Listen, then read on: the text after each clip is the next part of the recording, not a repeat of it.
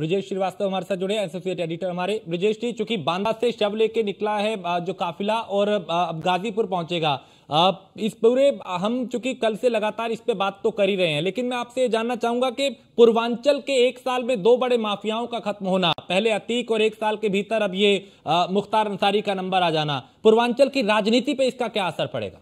देखिए, जाहिर तौर पर पूर्वांचल की राजनीति दबदबे की राजनीति थी। कभी माफिया राज, कभी गैंगस्टर, कभी गैंगवार, ये माफिया राज सहित ये तमाम पहचान थी पूर्वांचल की। लेकिन आज क्या हुआ, पूर्वांचल से दोनों बड़े माफियाओं का खात्मा हो चुका है। बाकी जो माफिया हैं या तो सीखचों पर हैं या फिर अदब के साथ उत्तर प्रदेश की राजनीति से लगभग बाहर हैं। अब मुख्तार अंसारी एक लौता जो पूर्वांचल का ऐसा माफिया मौजूद था जो अभी भी राजनीति को प्रभावित करता था, लेकिन उसके खात्मे के साथ वो दबदबे की राजनीति खत्म हो गई। पूर्वांचल में खास करके गाजीपुर, मऊ, बनारस, वो जो आसपास का पूरा एरिया था, एक समय था कि मुख्तार पूरी तरह से डोमिनेट करता था। आप सोचिए किस तरीके से बेबस होके एक वक्त था, कहते थे कि जब माफिया मुख्तार की हनक देखकर बड़े बड़ों का दिल बैठ जाता था। सरकारें थी जिसके सामने सजदा करती थी। वो तमाम, आप सोचिए मुलायम सिंह ने अपने समय में केवल माफिया मुख्तार की नाराजगी को देख करके उसके ऊपर जो एलएमजी का जो आरोप था वो तक जो है हटा दिया था, वो केस ही खत्म कर दिया था।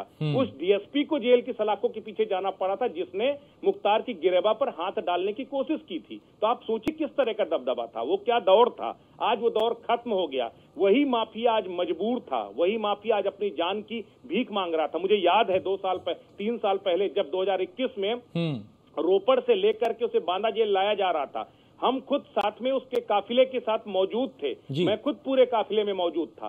3 बार मुख्तार अंसारी ने कहा था कि आप लोगों की बदौलत, वो हाथ जोड़ के कह रहा था आप लोग साथ हैं इसलिए मैं जिंदा हूं, वरना मैं जिंदा नहीं बचता। यानी ऐसा माफिया जिसके नाम पर हर कोई डरता था, वो किस खौफ के साथ जी रहा था। 3 सालों तक वो बांदा की जेल में रहा, अलग अलग बार बार किसी न किसी तरीके से अपनी मौत की दुहाई देता रहा, कहता रहा कि मेरी जान को खतरा है। वो ये बताने की कोशिश करता रहा, लेकिन जिस तरीके से वो बेबस और लाचार हो गया था, कार्डियक अरेस्ट, वो उससे पहले भी लगातार बीमार था।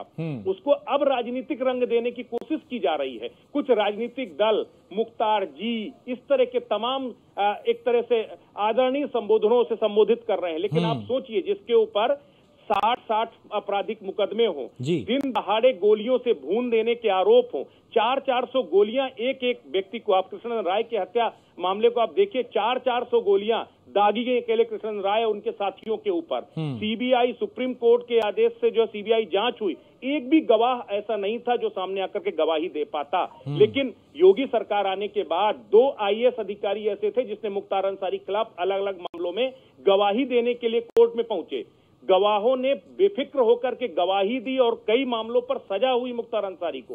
ये वो वक्त बदला। एक समय सरकारें इस माफिया राज के आगे सजदा करती थी और सरकार बदली तो माफिया राज खत्म हो गया। अब पूर्वांचल की पहचान माफिया राज के रूप में नहीं, अब पूर्वांचल की पहचान कुशीनगर के इंटरनेशनल एयरपोर्ट के तौर पर है।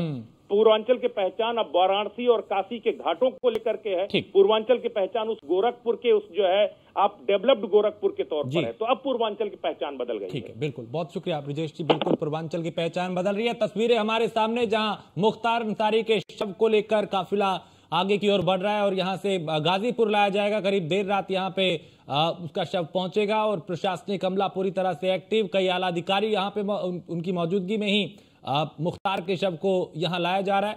बांदा मेडिकल कॉलेज से निकले हैं और अब गाजीपुर तक का सफर तय करना है।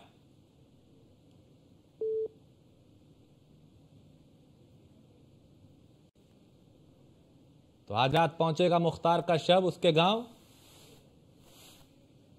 और काफिले में 2 एम्बुलेंस और 2 वाहन भी शामिल हैं और ये काफिला अब आगे बढ़ रहा है। देर रात तक गाजीपुर पहुंचेगा मुख्तार अंसारी का शव।